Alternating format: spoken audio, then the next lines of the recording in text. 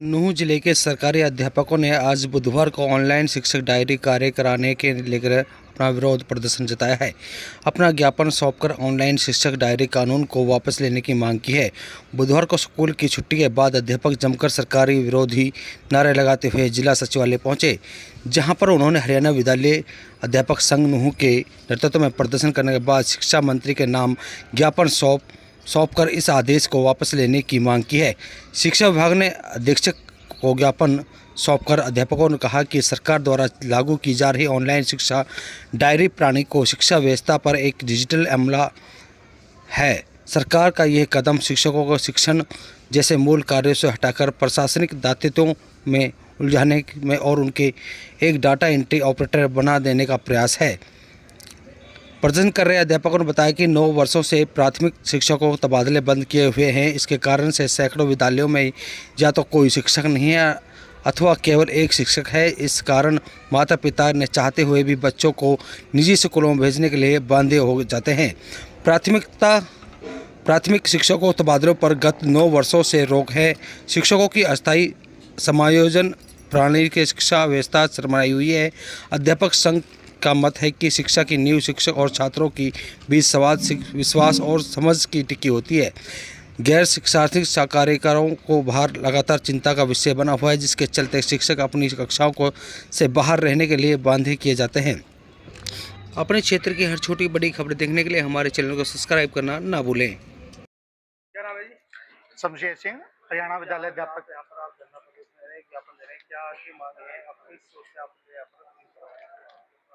अभी 9 तारीख को अभी सरकार ने ऑनलाइन टीचर डायरी के लिए एक लेटर जारी किया है, जबकि अध्यापक पहले से ही डायरी लिख रहा था, जो कि मैनुअल डायरी होती थी।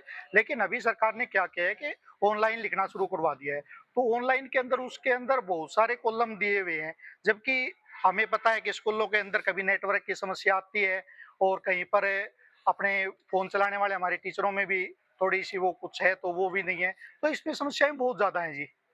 और सरकार इस तरह से क्या करती है, पहले हम ऑफलाइन डायरी लिख रहे हैं, फिर उसको ऑनलाइन कर रहे हैं। इसके चक्कर में अध्यापक का बहुत ज्यादा समय है जो बच्चों से दूर रहने में गुजर जाता है।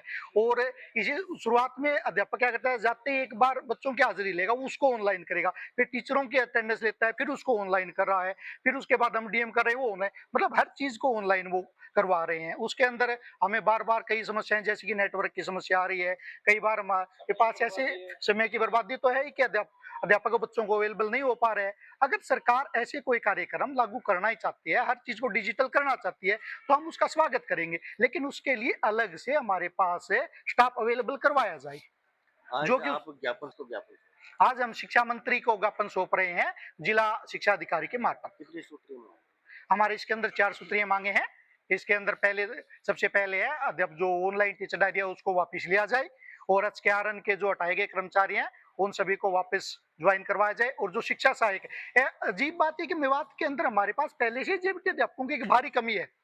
अध्यापकों की इतनी कमी होने के बाद इसके बाद हम एक बड़ा आंदोलन राज्य स्तर के ऊपर करने की ओर अग्रसर होंगे। नमस्कार जी, विजय मोर।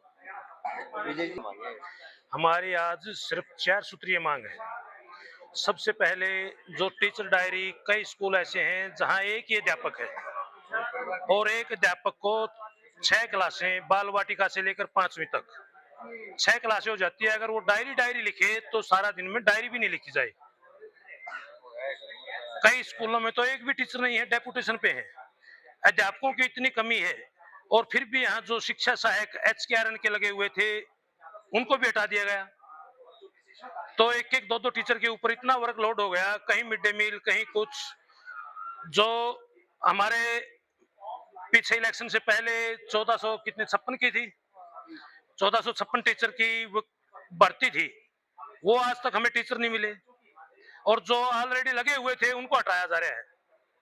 तो हम इस प्रकार के कानूनों का जो मतलब थोपे जा रहे हैं, घोर विरोध करते हैं। ये है या फिर पूरे ये आज सभी जिलों में है, और अगर ये मांग यहाँ ना मानी गई तो राज्य स्तर पर मतलब पूरा बड़ा आंदोलन होगा।